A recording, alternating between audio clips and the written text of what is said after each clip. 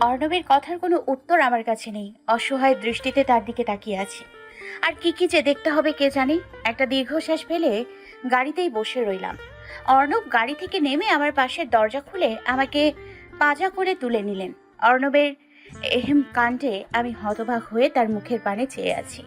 একটু আগেই তো লোকটা এত কথা শোনালো আমাকে, আর এখন সে কোলে নিয়ে উপরে নিয়ে যাচ্ছে। অর্ণব আমাকে ঘরে নিয়ে নামিয়ে দিয়ে আলমারি থেকে শাড়ি বের করে আমার হাতে দিলেন। ফ্রেশ হয়ে আসো, শাড়িটা চেঞ্জ করো, নয়তো জ্বর এসে পড়বে।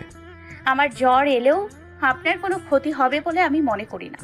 তোমার জ্বর এলে তুমি অফিস থেকে লিভ নেবে, আর ওষুধ খরচটাও তো আমারই যাবে। I don't want to waste money. আপনি জানেন আপনি কত বাজে একটা লোক। আমার জ্বর এলে আপনার লস হবে, আপনি সেটা চিন্তা করছেন।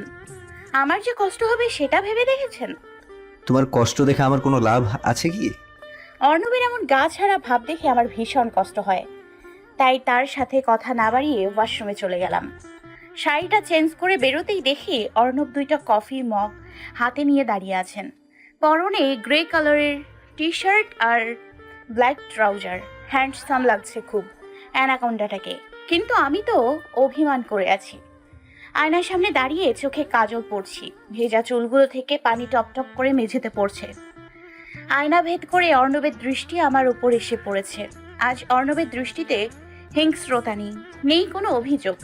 এক রাশ মুগ্ধতা নিয়ে তাকিয়ে আছেন আমার দিকে। মাঝে মাঝে অর্ণবের দৃষ্টিও আমাকে ভ্রমে ফেলে দেয়। তার চোখে আমি আমার জন্য একাধারে চিন্তা, যত্ন, রাগ, প্রতিশোধ সব দেখতে পাই। কিন্তু কেন? এই একটা প্রশ্নেরও উত্তর খুঁজে পাই না। অর্ণবের করার টর্চারগুলো যত বেদনাদায়ক, তার চোখের দিকে তাকালে মনে হয় ততটাই বেদনা সেও পেয়েছে। অর্ণবের ডাক আমার ঘোর ভাঙল। কফিটা ঠান্ডা হয়ে যাচ্ছে, রূপচর্চা পরে করো, অনেকক্ষণ ভিজেছিলে, জ্বর এসে পড়বে। এবারও অবাক চোখে তার দিকে তাকিয়ে আছি। প্রায় 1.5 ঘন্টার মতো বৃষ্টিতে তার জন্যই ভিজেছি আমি। আর এখন সে আমার জ্বর হওয়ার চিন্তা করছেন। ও, আমি তো ভুলেই গিয়েছিলাম। একটু আগেই না বললেন আমি অসুস্থ হলে তার লস হবে। আমিও না মাঝে মাঝে অনেক আবেগী হয়ে যাই। অর্ণবের হাত থেকে কফির মগটা নিয়ে ব্যালকনিতে গিয়ে দাঁড়ালাম। পেছনে অর্ণব এসেছেন। বৃষ্টি কিছুক্ষণ আগেই থেমেছে। এখন চারপাশটা একদম স্তব্ধ হয়ে আছে। বৃষ্টির পরে মাটির যে মৃদু সুগন্ধ পাওয়া যায় সেটা আমার নাকে আসছে হালকা। ভালো লাগছে। এভাবে অন্ধকার রাতে শেষ কবে নিজেকে হারিয়েছিলাম মনে পড়ছে না। মীরা কফির মগে চুমুক দিচ্ছে আর অর্ণব স্থির দৃষ্টিতে তার দিকে তাকিয়ে আছে। মীরার ভেজা চুল থেকে গড়িয়ে পড়া পানির ফোঁটাগুলো তার বুকে তোলপাড় শুরু করে দিয়েছে। সে তো মীরাকে ভালোবাসে না, তার মনে মীরার জন্য শুধু ঘৃণা আছে। তাহলে কেন এই ধরনের ফিলিংস কাজ করছে তার মাঝে মীরার জন্য? না, সে মীরার প্রতি দুর্বল হতে পারে না। সে তার ঘৃণা এত সহজে ভুলে যেতে পারে না। একটু তুচ্ছ মোহের কাছে তার এত বছরের ক্ষত কিছুতেই হেরে যেতে পারে না। নিজেকে খুব বেশি অস্থির মনে হচ্ছে অর্ণবের। মস্তিষ্ক বারবার করে বলছে মীরার থেকে দূরে থাকতে, কিন্তু মনকে কিছুতেই স্বাভাবিক করতে পারছে না। এই মুহূর্তে তার খুব ইচ্ছে করছে একবার মীরাকে বুকে জড়িয়ে নিতে, কিন্তু সে অপরাধ। সে মীরাকে নিজের কাছে এনেছে শুধু শাস্তি দিতে, ভালোবাসতে নয়। নিজের মনের ক্ষতগুলো ভরিয়ে তোলার জন্য তার এত জল্পনা কল্পনা। 19 বছর ধরে তার মনে যে আগুন জ্বলছে সেই আগুন শুধু মীরার চোখের পানিতেই নিভবে। আপন মনে কফিতে চুমুক দিচ্ছিলাম আর তখন অর্ণব আমার হাত ধরে হ্যাচকা টান দিয়ে নিজের বুকের সাথে মিশিয়ে নিলেন। অর্ণবের এহম কাণ্ডে আমি পুরোই বেকুব বনে গেছি। হঠাৎ এই লোকটা এমন করলো কেন? অর্ণবের এভাবে জড়িয়ে ধরে রাখায় আমার বুকে প্রচণ্ড রকম ধুকপুকানি হচ্ছে। মনে হচ্ছে বুকটা লাফ পারতে পারতে এখন মুখ দিয়ে বেরিয়ে আসবে। অর্ণবের আগেও আমাকে জড়িয়ে ধরেছেন, কিন্তু আজকে তার স্পর্শে হিংস্রতা নেই। তার স্পর্শ আমাকে এক রাশ মুগ্ধতার জানান দিচ্ছে। অর্ণবের গরম নিঃশ্বাস আমার ঘাড়ে আশ্রে পড়ছে। তার শরীরের ঘ্রাণে মনে হচ্ছে পাগল হয়ে যাব। না, তার প্রতি দুর্বল হতে পারবো না। সে শুধু আমাকে কষ্টই দেয়। আর এমনিতেও অর্ণব আর আমার সম্পর্কের কোনো ভবিষ্যৎ নেই। কিছুদিন পর তার বিয়ে হয়ে যাবে আর আমি তার জীবন থেকে চলে যাব। কি দরকার মায়া বাড়িয়ে? কোনো প্রয়োজন নেই। নিজেকে অর্ণবের কাছে থেকে ছাড়াতে গেলে সে আমাকে আরো শক্ত করে নিজের সাথে মিশিয়ে নিল। অর্ণবের বাহু জোরে থেকে নিজেকে ছাড়াতে পারছি না, নাকি ছাড়াতে চাচ্ছি না বুঝতে পারছি না। অর্ণবের এক হাত আমার কোমর জড়িয়ে ধরে আছে আর অন্য হাত চুলের গভীরে বিচরণ করছে। অজানা কোনো আবেগ ভর করেছে আমার মাঝে। কাঁধ থেকে চুলগুলো সরিয়ে দিয়ে অর্ণব আমার কাঁধে একটা চুমু খেলেন।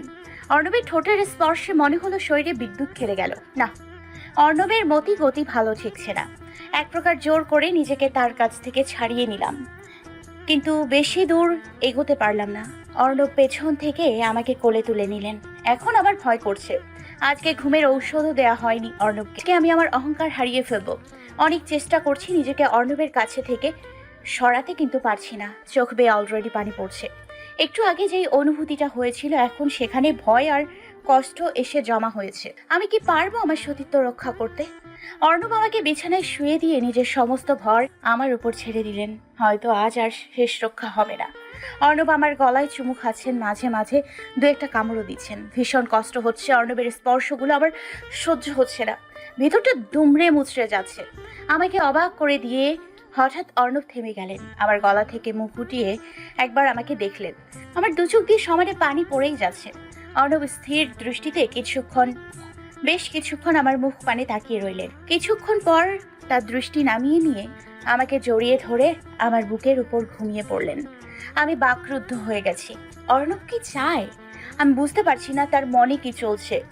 আমার উপর কেন এত অধিকার দেখায় সে? শুধুই কি সেই 10 লক্ষ টাকার জন্যই এত কিছু?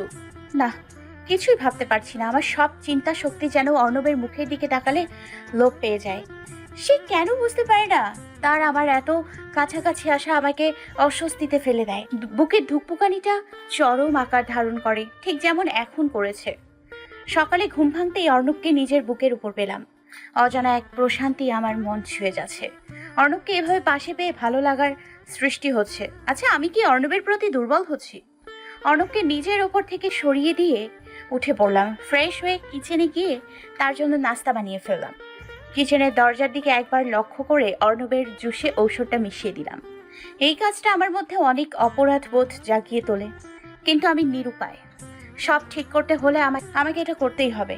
ওয়াশরুমের শাওয়ারের নিচে দাঁড়িয়ে আছে অর্ণব। মনের ভেতর অনবরত জ্বলে যাওয়া আগুনটা নেভানোর ব্যর্থ চেষ্টা করছে। মীরাকে ভালোবেসে ফেলেছে সে। মীরার প্রতি এই অদ্ভুত আবেগের রহস্য বের করে ফেলেছে সে। এই পৃথিবীতে যে কয়টি জিনিসকে সে ঘৃণা করে তার মধ্যে মীরা একজন।